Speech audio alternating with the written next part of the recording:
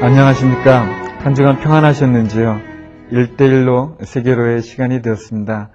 여러분이 이 시간을 통해서 1대1에 대한 깊은 이해와 또 도전과 그 축복의 나눔의 자리가 되었으면 좋겠습니다. 이번 시간에는 저희가 1대1 제자 양육과 성경적인 원리, 또 1대1 제자 양육의 유익과 방향성, 그런 부분들에 대해서 나누도록 하겠습니다. 오늘 강사는 정호옥 전도사님입니다. 정호옥 전도사님의 귀한 강의를 통해서 여러분이 성경적인 원리와 또 1대1 제자 양육이 갖는 많은 유익함에 대해서, 그 방향성에 대해서 잘 이해할 수 있는 시간이 되기를 바랍니다.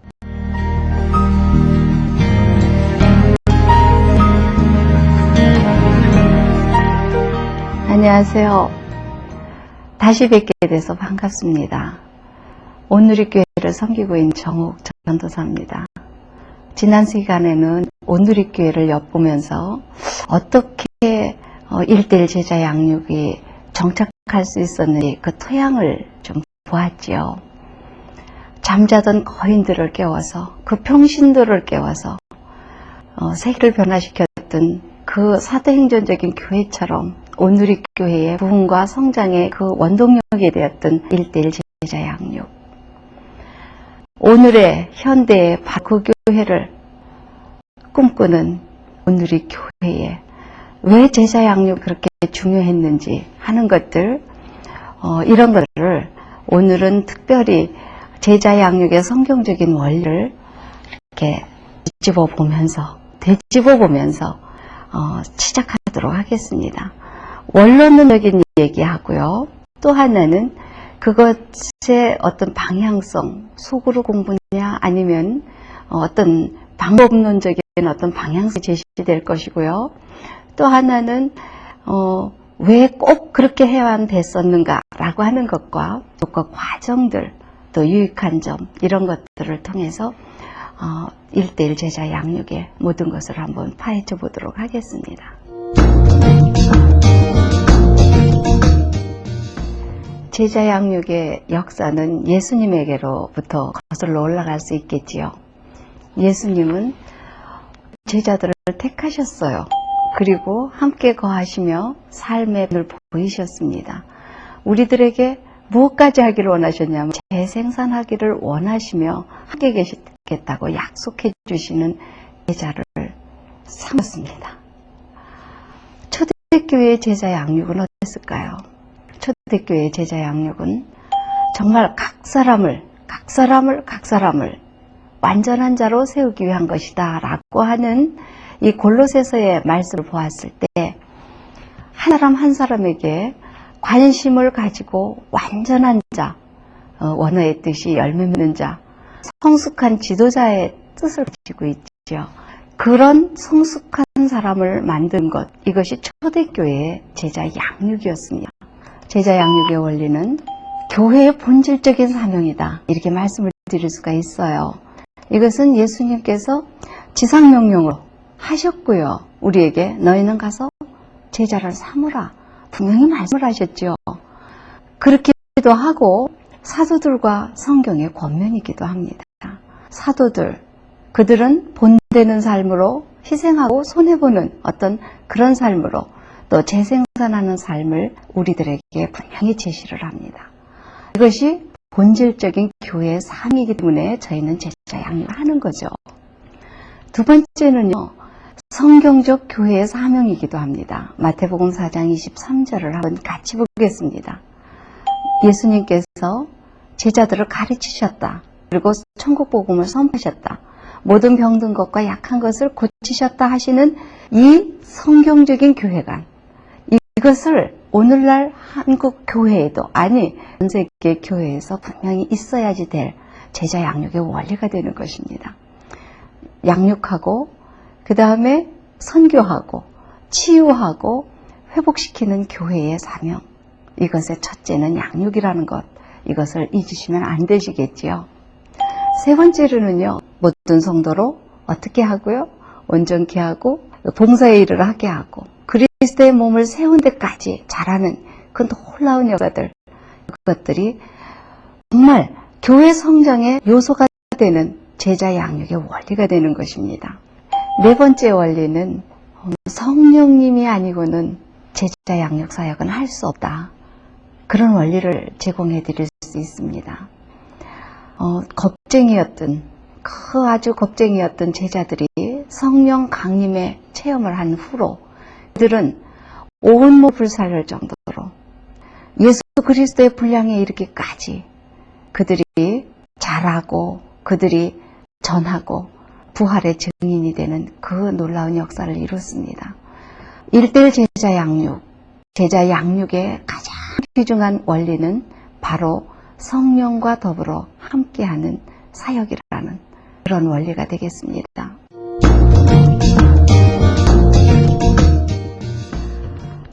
제자 양육, 그 원리가 어떻고 또 그 제자 양육의 가장 중요한 것들을 저희들은 생각해 봤습니다. 그런데요, 제자 양육도 방법론에는 많은 차이가 나는 것이 있어요. 근데 저희가 하는 제자 양육, 1:1이라고 하는 방향성, 그 방향성에 대해서 다시 한번 생각을 해보는 시간을 갖는 것이 굉장히 유익할 것 같습니다. 방향은요, 왜 1:1이어야 하는가라고 하는 의문에서부터 시작이 되겠지요. 왜? 그것은 성경이 권하고 있습니다. 1:1을. 구약에서 하나님께서 인간을 만나실 때, 아브라함을 만나실 때, 모세를 만나실 때 한꺼번에 만나시지 않지요. 궁중과 더불어 개인으로 만나십니다. 모세는요, 여호수아와 굉장히 아주 깊은 인격적인 만남, 1:1의 만남 속에서 그 모든 지휘권을 넘기는 것을 볼 수 있습니다. 다윗은 요나단과 아주 깊은 여자와 사랑하는 것보다 더 승한 사랑을 하는 그런 깊은 인격적인 관계를 가진 것도 1:1 관계지요. 엘리야가 엘리사를 만나는 것, 모든 것들 성경이 분명히 1:1 인격적인 만남을 권하고 있습니다. 신약에서는 예수님이 도대체 어떻게 만나실까? 그 많은 군중 속에서도 삭개오를, 또 대세리를, 많은 병든 여인, 가늠하다 현장에서 잡힌 여인, 또 궁중 속에서도 개인적인 인격적인 만남을 하시는 것을 봅니다. 이것은요, 저희들에게 시사하는 바가 크죠. 바울 사도가 바나바와 디모데, 실라, 하다못해 오네시모, 그 종되었던 그 사람과의 만남도 한 사람의 인격 완전히 변화시키는 그런 1:1의 만남을 통해서 가능한 것이었습니다. 아주 1:1이어야지 되는 것은 집중, 전달, 그것이 분명하다는 것. 인격적인 만남이 가능하고 양육의 열매가 확실합니다. 양육의 열매. 그것을 눈으로 볼 수 있는 것은 인격 대 인격의 만남을 통해서 가능하지요. 설교, 은혜 받았습니다. 그리고 문 밖에 나가요. 이렇게 문 밖에 나가면요, 갔다가 누가 내 차를 박았어. 그러면은 팍 쏟아버리는. 그러나 1:1의 만남을 통해서는 그 모든 것들이 다 상쇄되고도 남는 너무나 어떤 인격의 변화를 볼 수가 있습니다. 네 번째로는요, 공동체 내에서 숨겨질 수 있는 그런 모든 것들이 아주 개인적인 어떤 문제들이 다 드러납니다. 어떤 교회에서는 그렇게 얘기해요. 우리는 아주 작은 교회라서 개인적인 것들이 이렇게 드러나는 것을 원치 않는다. 그것은 미성숙한 상태에서는 그 참 어렵습니다. 그러나 성숙한 사람들에 의해서는 문제가 드러나고 그것이 치유되는 그 놀라운 역사가 분명히 있어야 되는 것, 그것이 1:1의 가장 장점이 되기도 하는 것입니다. 저는 개인적으로 굉장히 아픈 기억이 있어요. 이단에게 이렇게 좀 넘어가서 합숙에 들어가 있던 자매를 찾아간 적이 있어요. 찾아가서 그 자매를 설득하고 너는 이단에 빠져있다 나와라. 그렇게 했더니요, 이 자매가 저를 탁 쳐다보면서 그렇게 얘기해요. 이단이라고 얘기하지 마십시오. 나는 기성교회에 7년을 있었습니다. 그런데 그 7년 동안 나에 대해서는 아무도 관심 가져준 적이 없어요. 그리고 내 문제를 해결한 적이 없습니다. 그런데 이단이라고 얘기하는 이곳에는 정말 놀랍게도 내 문제를 해결해주는 그 역사들이 있었습니다. 제가요, 뒤통수를 한 대 맞은 것 같았어요. 얼마나 부끄럽든지요. 그것으로 인해서 저는 이 1:1 제자 양육이 얼마나 귀중한 것인지 그것을 다시 한번 깨닫는 그런 시간이 되었습니다.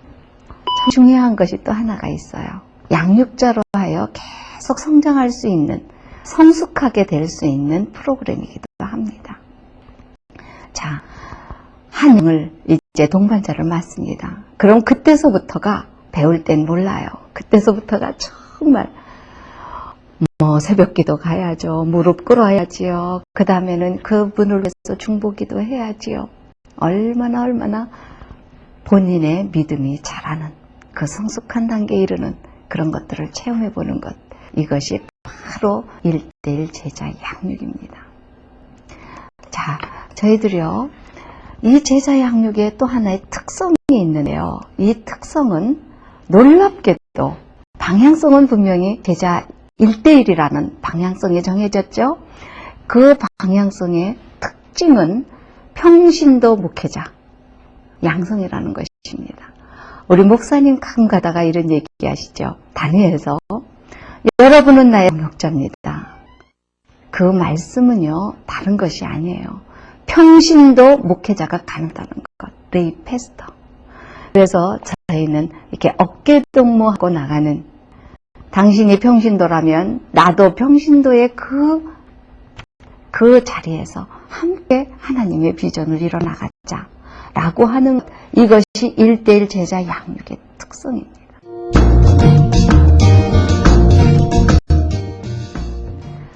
1:1 제자 양육, 그 교재가 있죠. 그 교재의 교과 과정을 우리 한번 살펴보면 이것이 얼마나 귀중하고 신앙생활의 가장 기본이 되는 것들을 이렇게 구슬을 꿰듯이 아름답게 이 과정이 되어 있다는 것을 발견하시게 됩니다. 첫 번째는요, 만남이라고 하는 것을 통해서 4시간에 걸쳐서 예수 그리스도에 대해서 공부를 하십니다. 예수님, 그가 누구신가? 그가 어떤 일을 하셨고 그가 지금 어떤 일을 하고 계시고 우리는 그를 어떻게 해야 되는가 하는 문제들입니다. 이것은 신앙생활의 가장 기본이면서도 사람들이 간과하는 것들이에요. 그래서 4주나 걸쳐서 이 공부를 하게 됩니다. 두 번째는요, 교제라고 하면서 큐티, 하나님과의 1:1의 만남, 영혼의 일기, 그것을 통해서 양육의 그 결과들, 양육의 열매들을 자세히 점검할 수 있는 그런 놀라운 어떤 하나님과의 1:1 만남, 그리고 또 성장의 어떤 체크포인트, 이것을 잡을 수 있는 그런 시간입니다. 세 번째 가서야 이제 성장하고 성숙하는 그런 기본적인 교과 과정이 나오는데요. 그것은 사통팔달된, 그리고 예수 그리스도를 중심으로 한 두 기둥, 이렇게 해서 10과목에 대해서 공부를 하게 될 것입니다. 자, 예수 그리스도, 그분은 분명히 하나님의 아들이세요. 그분으로 인해서 우리는 구원의 확신을 받습니다. 그분이 대체 어떤 분이기에 그것이 가능한지 그 다음 시간에는 하나님의 속성에 대해서 공부를 하십니다. 이것이 하나님이라고 하는 부분에 대한 전체 요 세 관은 아주 제일 귀중한, 그리고 우리 신앙생활에 가장 초점이 되는 부분이라고 볼 수가 있죠.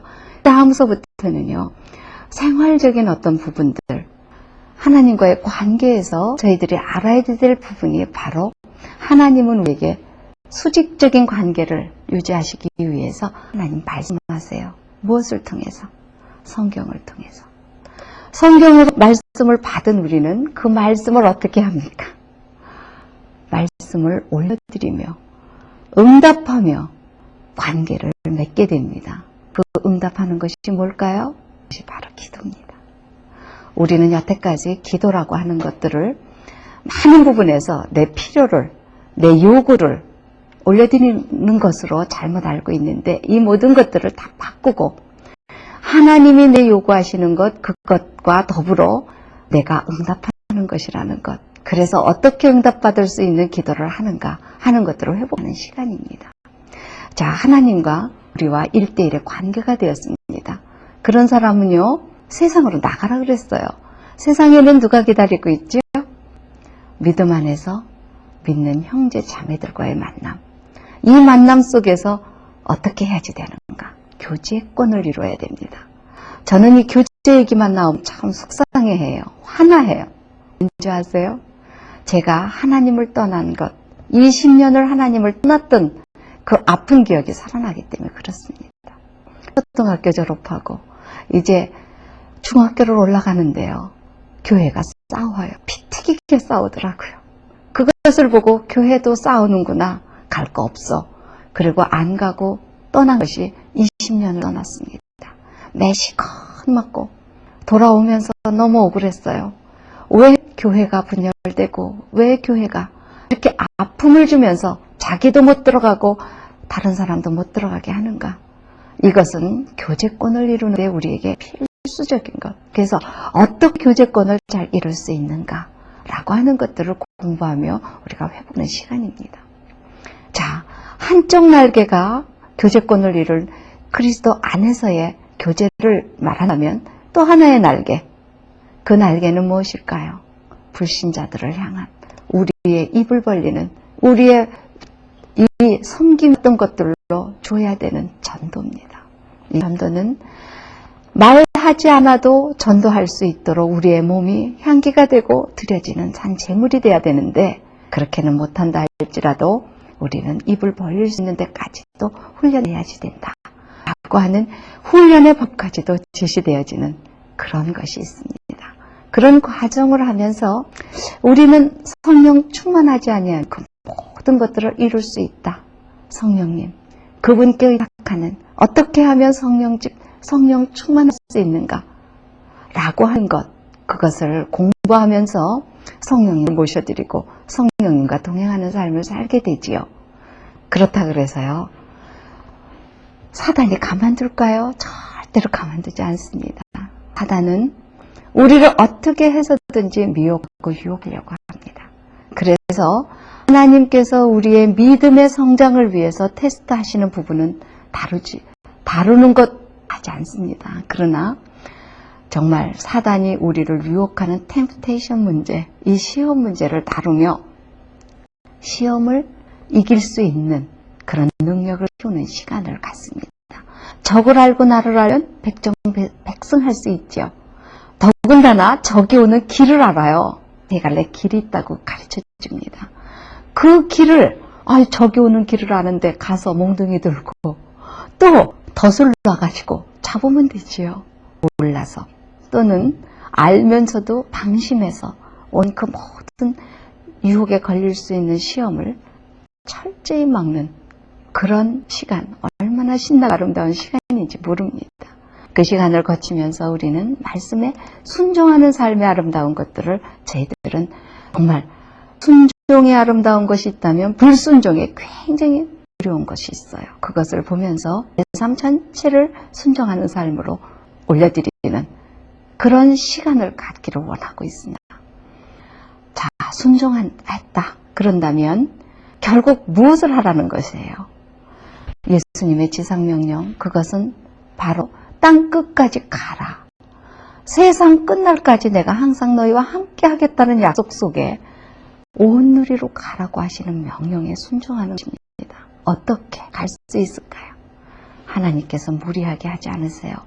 내게 은사를 주셔서 내게 그것을 넉넉히 은사로 활용해서 훈련할 수 있도록 또는 세계관을 바꾸고 사역관을 바꾸고 내가 평신도지만 이 일을 할 수 있습니다 라고 하는 평신도관을 바꿔서라도 하나님은 이 일을 하게 하십니다. 자, 이 삶이 어떤 삶일까요? 그리스도가 다스리시는 말할 수도 없이 아름답고 승리하고 풍성한 삶. 나만 살 것이 아니라 다른 사람에게도 전해줄 수 있는 삶, 나눌 수 있는 삶. 이것을 살게 해주는 것이 1대1 교과 과정으로 되어 있습니다. 우리는요, 다스리신다. 우리 주님이 다스리신다. 그럴 때는 피동적으로 다스림을 당한다. 라고 하는 것이 아닙니다. 내 삶을 들여서 능동적으로 내 삶의 방향까지도 당신이 다스리십시오. 하고 그 키에 손잡이까지도 내어드리는 그 아름답고 귀한 삶. 우리는 한 성화를 볼 수 있어요. 한 청년이 큰 배를 몰고 갑니다. 폭풍우가 칩니다. 근데 그 폭풍우 치는 속에 그 청년의 뒤에서, 키를 잡고 있는 청년의 뒤에서 정말 한 분이 어깨에 손을 얹고 방향을 가르칩니다. 자, 그 방향, 분명히 파도가 치고 폭풍이 몰아치는 그 놀라운 아주 노호하는, 아주 그냥 포효하는 그런 바닷속에서도 그분이 지시하는 것이 곳으로 간다면 우리는 안전한 항구에 닻을 내릴 수 있다는 것. 그 그림, 그 뒤에 서 계신 분, 내 인생의 뒤에 서 계신 분, 예수 그리스도. 그분께 온전히 의지하고 가는 그 삶으로의 변화, 그것을 위해서 1대1 교과 과정은 진행되고 있습니다. 1대1 제자 양육에 대한 총정리를 한번 해보도록 하겠습니다. 1대1 그러면 예수님께서 분명히 명령하신 명령에 순종하는 삶이에요. 그것은 말씀으로 변화된 삶을 나눔으로, 그것에 순종함으로 영적인 큰 성장과 성숙을 이룹니다. 이것은 열매 맺는 지도자가 된다는 것이죠. 성숙한 지도자. 그것을 통해서 우리는 삶의 변화를 분명히 갖습니다. 그 변화는 너무너무 큰 변화의 어떤 것들로 들어갑니다. 그 변화는 이제까지 내가 가르치는 사람이었다면 가르침에서 하나 더 나간, 이제 나눌 수 있는 재생산의 삶을 살게 됩니다. 고린도전서 4장 15절에 보면요, 바울 사도가 이렇게 얘기를 합니다. 너희에게 1만 스승은 있으되 아비는 적으니 라고 한탄을 하십니다. 자, 아비가 되신 적 있으세요? 당신은 누구의 바울이 되신 적이 있습니까? 아니면 누군가를 디모데 삼아서 정말 영적인 아들을 삼아 보신 적이 있으십니까? 양이 양 새끼를 낳습니다. 새끼를 낳지 못하는 것은 정말 죽었다고 볼 수밖에 없는 그런 존재인 것이지요. 아비가 되어서 재생산할 수 있다는 이 1대1의 원리는요, 저희들이 표를 보면서 한번 잘 생각해 보시도록 하겠습니다. 6개월 내가 누군가를 가르칠 수 있는 사람, 6개월에 걸쳐서 누군가를 가르치고 그 누군가가 또 다른 사람을 가르칠 수 있는 디모데 후서 2장 2절의 말씀처럼 너는 내게 보고 들은 바를 충성된 자에게 가르쳐라. 그러면 그 사람이 또 다른 사람을 가르칠 수 있다라고 하는 이 원리를 적용한다면 1년이 된다면 몇 사람 제자가 나올까요? 그렇죠. 4명. 2년이 지난다면요. 4명의 배. 얼마죠? 40명. 자승의 어떤 그런 계산법이 나옵니다. 그렇다면요, 3년이 지나면 16의 자승. 얼마가 될까요? 놀라운 이런 법칙들. 그런데 우리가 살아있는 세상 동안에 볼 수 있는, 우리의 날수 동안에 볼 수 있는 16년이라는 세월이 지나면 얼마가 된다라고 하는 계산을 해낸 사람이 있더라고요. 이것을 보실까요? 여러분은 어떻게 생각하세요? 16년이 지나면 얼마나 될까? 리듬의 분량대로 한번 막 따져보세요. 어떤 분들은 막 50만 명이 된다. 어떤 분들은 그건 너무 많다. 뭐 한 3만 5천 될까? 막 계산을 하세요. 어떻게 생각하세요? 16년이 지나면 42억 9,800여만 명의 제자가 된다는 것. 이것이 1대1의 비밀입니다. 이 계산 맞느냐고요? 죄송합니다. 제가요, 컴퓨터 아주 박사에게 물었어요. 그랬더니 정확한 계산이래요. 이 방법이 있기 때문에 예수님이 우리 보고 제자 삼아서 어떻게 하라고? 복음의 증인들로, 세상을 변화시킬 수 있는 사람들로 이 땅에 복음이 편만케 되는 그 역할을 이룰 수 있다고 분명히 약속하신 것이에요. 이것은 저희들이 그저 해도 되고 안 해도 되는 것이 아니라 이 시간에 우리 한 사람, 이 강의를 듣는 이 순간에 내 가슴에 1대1 이것에 내가 헌신하겠다라고 하는 씨앗 하나가 떨어진다면 이제 믿음의 눈을 뜨십시오. 영안을 여십시오. 그리고 내 뒤에 맺혀질 큰 놀라운 열매들, 영긴 제자라는 열매들, 그 열매를 바라보시면서 한번 기뻐하십시오. 그리고 이제 헌신하십시오. 하나님께서는 우리에게 믿음의 분량만큼 주시기로 약속이 되어 있습니다. 그 약속을 믿으신다면 이제 결단해야 됩니다. 파바로티라고 했던가요? 그 파바로티의 아버지는 파바로티에게 그가 대학을 졸업할 때까지 굉장한 큰 어떤 두 가지의 은사가 그에게 발견이 되었다는데요. 하나는 성악가로서의 그 은사와 하나는 교육자로서의 은사가, 그 둘 중에서 어떤 것도 선택할 수 없는 아주 팽팽한, 그래서 이렇게 망설여질 수밖에 없는 그런 상황 속에 있을 때 아버지가요, 그 아들 앞에 의자를 2개 가져왔다고 합니다. 의자를 2개 놓고 내가 그 의자 앞에 앉아라. 하나밖에 앉을 수가 없었어요. 그랬더니 붙여놓고 2개 앉아봐라. 앉을 수 있었어요. 뚝 떨어뜨려 놓고 그 2 의자에 동시에 앉아봐라. 앉을 수가 없지요. 그저 궁둥방아 찍고 넘어질 수밖에 없었어요. 그것을 말씀을 했다고 합니다. 내가 하나를 선택해야지 2를 동시에 할 수 없다는 것. 그래서 그는 성악을 했고 그 성악으로 세계에 가장 이름을 알리는, 하나님을 찬양하는 데 도구가 되어지는 그런 놀라운 역사를 이뤘습니다. 우리들도 이제는 선택해야 될 때라고 생각을 합니다. 무엇을 하시겠습니까? 하나님은 우리의 선택을 귀중히 여기십니다. 그러면서요, 오늘 이 교회에 정말 1대1 양육을 하면서 얼마나 귀중한 유익이 있었는지 그 유익을 한번 살펴보도록 하겠습니다.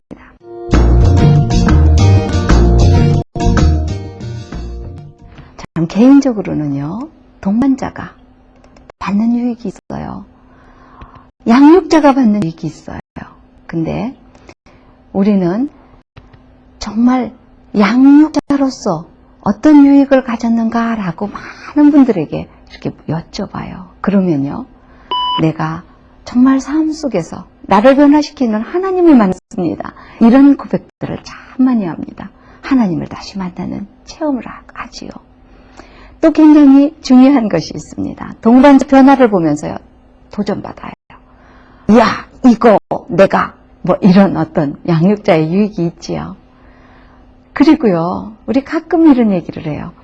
목사님 나 하나 양고 얼마나 속상하셨을까를 인지합니다. 왜? 나는 양 한 마리 가지고 너무너무 속상하고 울고 어쩔 줄을 몰라 하는데 나를 포함한 너무너무 많은 양들, 속삭이는 양들, 이 양들로 인해서 얼마나 힘드셨습니까? 목회자의 마음을, 심정을 이해하는, 정말 목회자의 아주 귀중한 동역자가 되는 그런 모습들을 너무너무 많이 볼 수 있습니다. 양육자의 유익이지요. 또 성도 간의 교제를 잘 할 수 있는 그런 체험의 장에 들어가게 됩니다. 동반자의 유익 어떤 것이 있을까요? 교회 생활에 정말 인도자, 양육자의 인도를 받을 수 있는 양육자를 만난다는 것, 이것처럼 큰 행복은 없어요.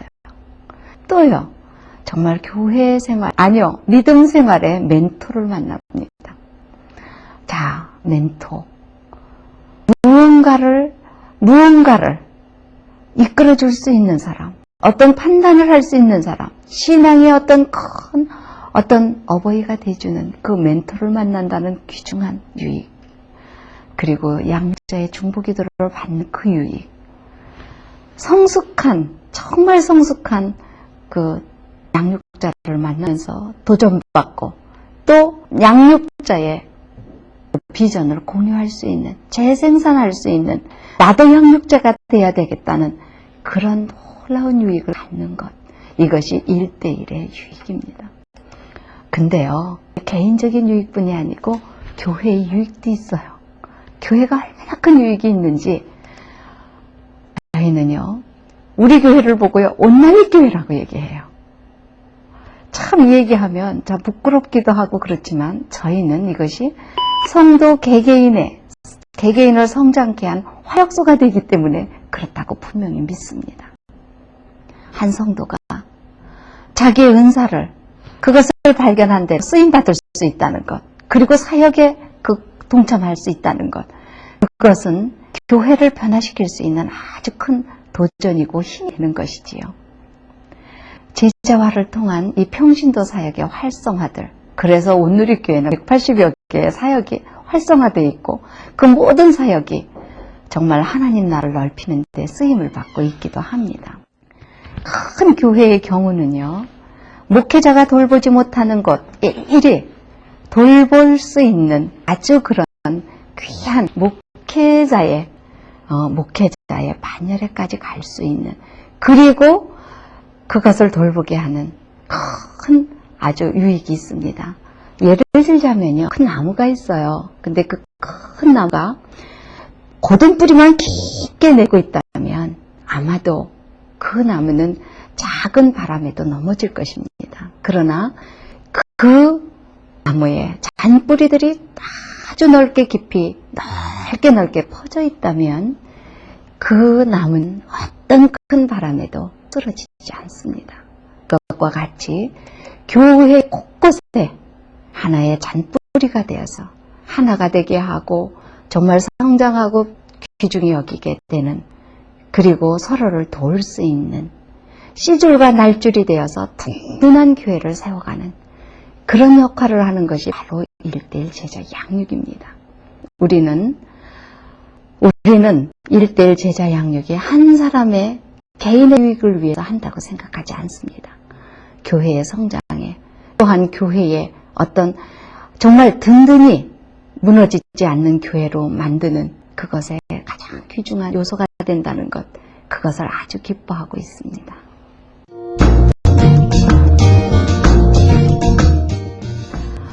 90년대 들어 중반에 한국 교회에 어떤 침체가 오기 시작을 했죠. 그 침체의 원인이 제자 양육하는 교회 때문이다라고 하는 도전이 있었습니다.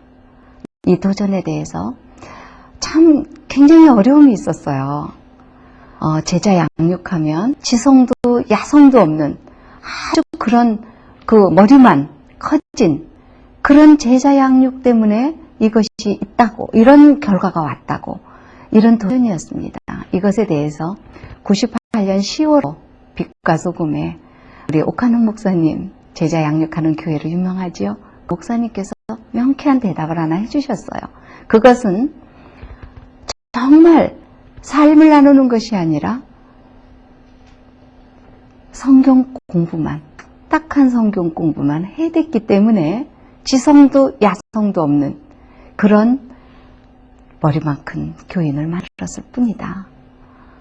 그렇다면요, 저희는 제자 양육에 굉장히 큰 어떤 것을 제시해 드려야만 됩니다. 1:1이냐 또는 소그룹이냐, 이런 것들이 중요한 것보다도 그 소그룹이라도 이제까지 한국 교회가 어떻게 해왔느냐라고 하는 것을 비교하면서 우리는 왜 1:1이어야 하고 그 1:1에 대한 아름다운 것들을 추구해 나가야 되는 그런 것들, 어떤 결단이 필요하겠지요. 그래서 제자 양육, 그냥 제자 양육이라고 생각했던 소그룹 그 성경 공부와 1:1 제자 양육의 차이점에 대해서 이번에는 한번 보도록 하겠습니다. 아유, 목사님이요. 그게 뭐지로 굉장히 고민을 하시네요. 고민하실 거 없어요. 그렇습니다. 그룹 성경 공부, 지식적인 그룹 성경 공부만 한다면 문제가 심각해지는 것입니다. 바로 비난을 받을 수밖에 없는 그런 현상이 옵니다. 그러나 1:1 제자 양육은 어떤 것이라고 말해요? 1:1로 인격적인 만남을 통해서 성경 말씀을 가지고 변화를 삶을 통해서 변화가 되는 재생산의 아름다운 것이기 때문에 그 비난은 우리는 완전히 아주 묵살할 수 있는 그런 힘이 되는 것이지요. 많은 교회들이 1:1 제자 양육을 하면요, 교회가 성장한다더라, 부흥한다더라, 무조건 도입합니다. 막 도입해요, 급하게. 그룹 성경 공부를 막 하면서 그 1:1 제자 양육을 생각합니다. 어떻게 될까요? 2, 3년 만에요. 2, 3년도 안 가요. 못하겠다고 손 들고 옵니다. 우리 보고. 그럼 어떻게 합니까? AS 하러 다니죠. AS 척 하러 다녔습니다. 그러면서 정말 천천히 제자는 시간을 가지고 양육 체계를 세워서 천천히 기다려주며 한 것이라는 것을 다시 가르쳐줘야 됩니다. 어떤 이유가 있었을까요? 동반의 양육자, 인격적인 만남, 삶의 어떤 변화, 그것을 위한 나눔, 이것이 없었다는 것. 그럼 어떻게 할 수 있느냐의 문제가 생깁니다. 어떻게? 자, 1:1을 강의하면서 자주 큐티 얘기를 하지요. 그것은요, 1:1 도입하기 전에 큐티라고 하는 하나님과의 1:1의 만남이 먼저 선행돼야만 된다는 어떤 것이 있기 때문에 그렇습니다. 오늘의 교회를 소개할 때도 분명히 말씀드렸죠. 1:1이 시작되기 전에 큐티로 정착된, 큐티가 완전히 오늘의 교회에 밑바탕을 깔아줬다는 그런 바탕 위에, 토양 위에 1:1이 정립될 수 있었다는 것. 그것을 생각하시면 합니다. 결론을 도출해 보도록 하겠습니다. 오늘의 교회의 그 상징이고 그리고 트레이드 마크가 되는 1:1 제자 양육, 그것은 오늘의 교회의 보물입니다. 이 보물이 얼마나 귀중한 것, 얼마나 귀중하게 생각하시는지 하용조 목사님의 말씀을 들으면서 인사를 드려야 되겠습니다. 이렇게 아름다운 시간을 허락해 주시고 함께 할 수 있는 이 시간을 참으로 기뻐합니다. 감사합니다. 1:1의 중요성은 아무리 강조해도 지나치지 않습니다. 저는 요즘에 1:1의 축복, 중요성을 새로 발견하게 되는데, 첫째 제일 큰 은혜는 우리가 어떻게 하다가 1:1을 하게 됐냐는 겁니다. 왜냐하면 이게 무슨 큰 비밀을 발견하고 한 게 아니고 평소에 이 부분에 대해서 관심을 가지고 있다가 1:1을 하게 됐고 우리 손안에 1:1 교재가 주어졌는데, 이것을 가지고 저희가 15년 지금 씨름을 해오는 온누리교회 성장 비결, 양육 체계를 설명한다면 1:1 빼놓고는 얘기할 수가 없지 않나 생각을 합니다. 1:1은 모든 것을 포괄을 합니다. 온누리교회의 상징적 특징은 1:1과 큐티였다라고 말합니다. 처음에는 우리가 1:1을 할 때는 아무도 해본 일이 없기 때문에 참 어려웠습니다. 선교단체가 이걸 했는데 목회적으로 적용한 일이 이해가 없습니다. 저희들이 5년 동안 이 1:1 지도자들을 고독하고 외롭게 양육을 했는데, 아마 90년 때부터 열매가 맺히기 시작을 했고, 1:1이 그렇게 폭발적으로 우리 교회 성장에 희화가 된 것은 성령 사역과 1:1 사역이 맞부딪히면서 생긴 현상이 아닌가 생각을 합니다. 1대1은 한 사람이 한 사람을 만나서 약 6개월 동안 12번의 만남을 통하여 다양한 여러 가지 경험을 합니다. 가장 큰 경험이라고 하는 것은 역시 성령의 역사가 아닌가 생각을 합니다. 그리고 또 큰 경험이라는 것은 말씀의 체험이 아닌가 생각을 합니다. 그리고 여기에서 1대1로 6개월 동안 만나기 때문에 생기는 인간관계, 그리고 또 자기 발견, 그 다음에 사역, 선교, 그리고 비전, 이런 것들이 집중적으로 6개월 안에 형성이 되는 것이죠. 무엇보다도 1대1의 가장 큰 축복이 한 사람이 지도자로 탄생하는 과정이라고 하는 것이죠. 제가 1대1 배울 때는 잘 모르는데 1대1을 가르치기 시작할 때는 이 사람이 완전히 거듭납니다. 왜냐하면 한 영혼을 자기가 책임지기 때문에 새벽 기도부터 나오기 시작을 하고 음식하고 한 영혼을 위하여 애기 낳듯이, 임산부가 애기 낳듯이 그렇게 정말 애정을 가지고 영혼을 치유하고 영혼을 위해 기도하는 이런 해산의 고통을 합니다. 이것은 구역이나 순이나 또 소그룹에서는 전혀 경험할 수 없는 독특한 경험이라고 생각을 합니다. 이 1대1 교제는 10과로 만들어졌는데 우리들이 신앙생활하면서 평소에 가장 중요하게 생각하는 그 주제들을 전부 구슬을 꿰듯이 하나로 깨지는 거죠. 1대1을 공부하면 자기도 모르는 사이에 신앙이 정리가 되고 자신감이 생기기 시작하고 남에게 전달할 말이 생깁니다.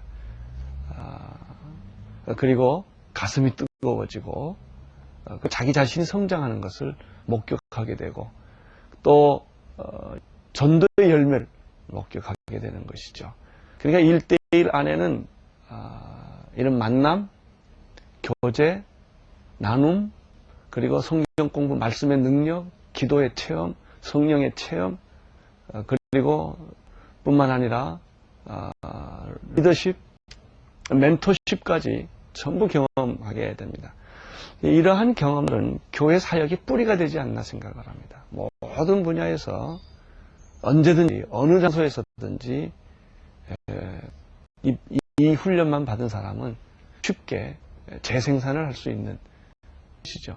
근데 이제 실제로 해보니까 너무 훈련 기간이 오래도 못하고 짧아도 못하는데 6개월 정도 훈련을 받고 다른 사람을 가르칠 수 있다는 것은 참 정말 축복이라고 생각합니다. 그리고 모든 사람들에게 용기를 주고 또 모든 사람들에게 자신감을 불러일으켜주고 모든 사람에게 비전을 심어주는 이제 그런 아주 좋은 프로그램이 아닌가 생각을 합니다. 이것은 또 한 가지 있습니다. 작은 교회도 쉽게 할 수 있고 큰 교회도 쉽게 할 수 있는 것이죠. 작으면 작아서 좋고 크면 커서 좋고 선교사들에게나 그 사역자들에게 있어서 어느 직장이나 어느 곳에서는 쉽게 할 수 있어요. 예컨대 학교 같은 데서도 일찍 나오면 1대1 할 수 있고요. 직장에서도 밤늦게든지 아침이든지 언제든지 어느 장소든지 소총 무기 같죠. 대포는 아니어도 이렇게 아주 영적인 무기라고 생각을 합니다.